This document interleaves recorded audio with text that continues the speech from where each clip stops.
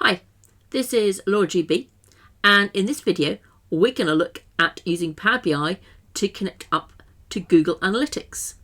And I've got Google Analytics on my blog, Hatful of Data. So in Power BI, let's go to Get Data, and it's not in that list there, so we're going to click More. And in the search box at the top here, let's type in the beginning of Google. And there you are. We get three options for Google. And we're going to go for the middle one, Google Analytics. And let's click Connect. And it warns you it's a third-party connector. It's not a Microsoft one, so therefore it's relying on third-party service, etc., etc. It's just making sure you're aware. So click Continue. It says I'm not signed in, so we click the sign in.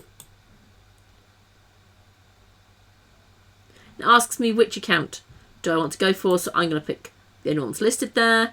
And then it asks me, do you want to allow Power BI to access your data? So I'm going to click Allow. And there you are, signing complete. I can close that browser.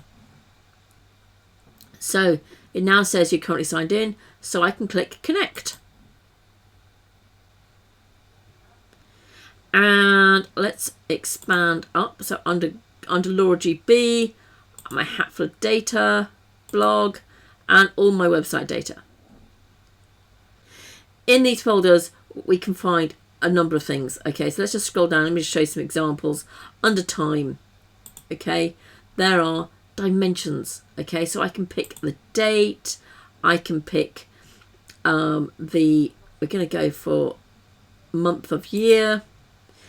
And they're dimensions, but it gets upset if that's all you pick. Over here on the right, I get an error message saying it's got to have at least one measure. Okay, so let's go look for some measures. So those little diagrams there, okay, are like dimensions. And if we go for our page tracking, we can see page views, and it's got a little chart, and that's a measure. So if I click into there we are. We get a measure. So I've got date, month of year, and page views. I don't need to transform it because it's nice, just three columns, and I'm going to click load. And once all the data has loaded, okay, we can go and quickly check. There you are. I've got a table of data. And what we can do is we're going to bring in a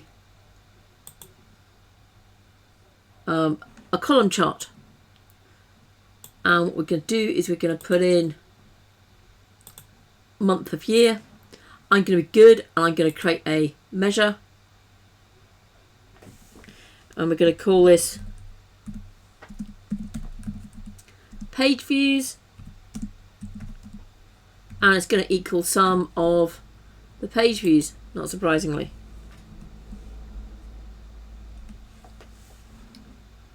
And let's add that into my report, my chart, and then we're going to do a little bit of sorting by month, year, and then change it to be ascending. And let's make it a little bit bigger so we can see it. So there we go. We've got our chart sorted out there. But now let's say we want to bring in some more information. So I want to know where those people are. Okay, where are all these people? Or maybe I want to filter it down to just one continent. So that's what we're going to do next. So we're going to go to Home, and we're going to go to Transform, and let's step into Power Query and see what's happening here. So in Power Query, we can see on the applied steps, we've only got 3 steps: source, navigation, and added items. Added items, it's got a cogwheel. Let's click that cogwheel. But it gives me an error saying you can't edit this step because there's errors in the previous step, which is a little odd. If you go back to navigation though, sure enough, there's an error, okay? Not one you can fix because it's fixed by the added items. So I can't edit that step by clicking the cogwheel.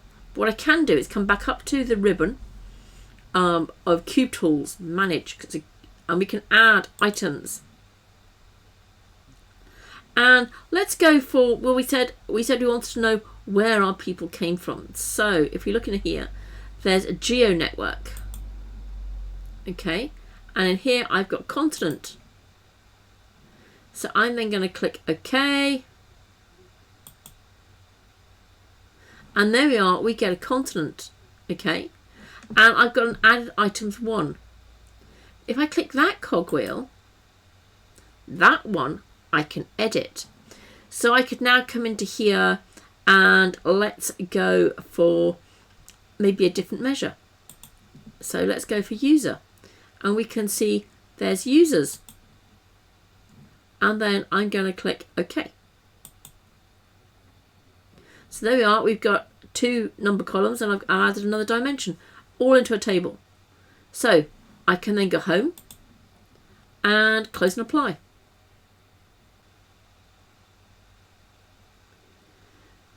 So we're going to add, so I'm going to unselect that, unselect the chart. I'm going to add in a slicer, and I'm going to bring into that slicer continent.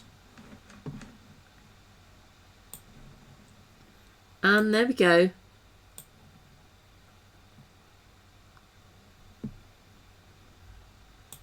We can filter by continent, so therefore Asia, Americas,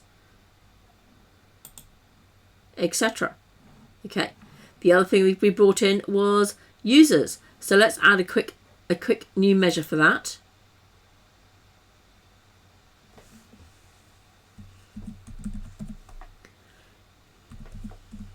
And I'm going to call it visitors because it's visitors to my blog. And that's going to be the sum of my users.